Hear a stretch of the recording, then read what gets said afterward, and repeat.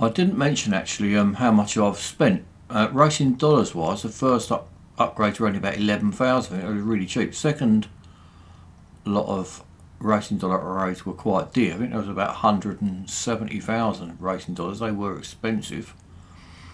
Now the gold, before I started on it, I was on 1444. So the gold to this point, I spent just over 100 gold, 106 gold. I'm pretty certain I've spent so far. Right, goal number 2. You know what's the big deal? Bump drafting, yeah, and that is the best part of it. When you ride right behind the car in front, you both benefit from reduced drag, yep. Practice by maintaining a total draft over 1,000 metres.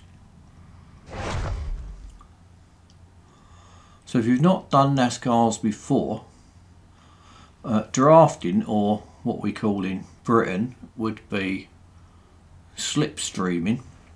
So when you get behind another car, they're basically pushing their way through the air. So you often hear it on the Formula 1 stuff, they talk about driving in dirty air and that sort of stuff. Dirty air is if you're in there's like a turbulence behind the car. So basically what you want to do, if you get right behind the car in front, he's using his car to break through all the air. So you are basically in a bit of a void. So you sort of pick up. So your car can actually go faster. It's got a little bit less grip, but it will go faster. So what you can do, you can actually then just bump into him, which is why they call it bump drafting. So you push him along a little bit because you can go a bit faster than him. So, and then you end up both going faster. That's basically what they're talking about, if you don't know already. Right, now Richmond, you're not really actually going to get the effector out of Richmond. The other thing is on the speed.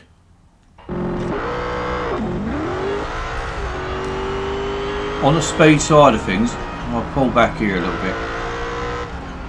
Oh, I've got to do it in one thing. Well, it says speed's in. Oops, the speed is in. I'm not going to do it now because I've been yakking. But the speed is in white,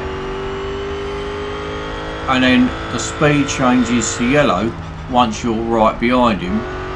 And I'll show you on this next time round. That speed will actually change to yellow when you're in his draft or slipstream, if you like. So all you've got to do is stay close, and you'll see the speedo go yellow, and that means you're in his slipstream, and in effect you can both go faster.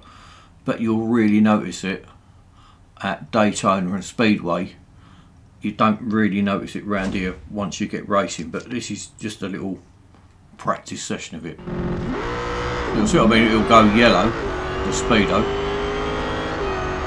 and the bonnet sort of picks up and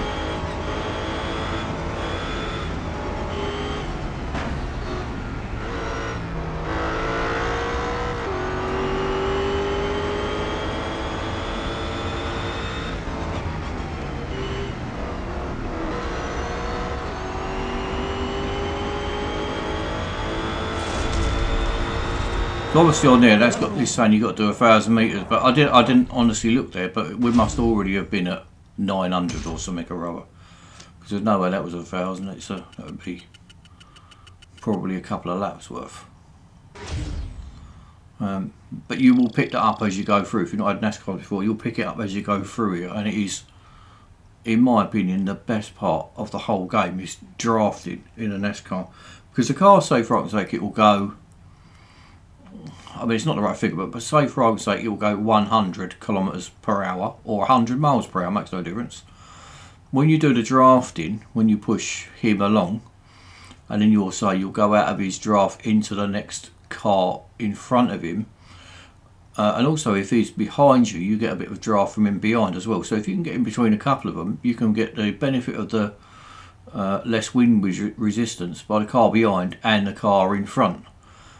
So if it goes 100, then with the drafting stuff, you can probably get the car up to maybe 110. So that, you know, that's a difference. It's quite a difference, and it is a really, really good part of the game. The best part of the game, I think, definitely.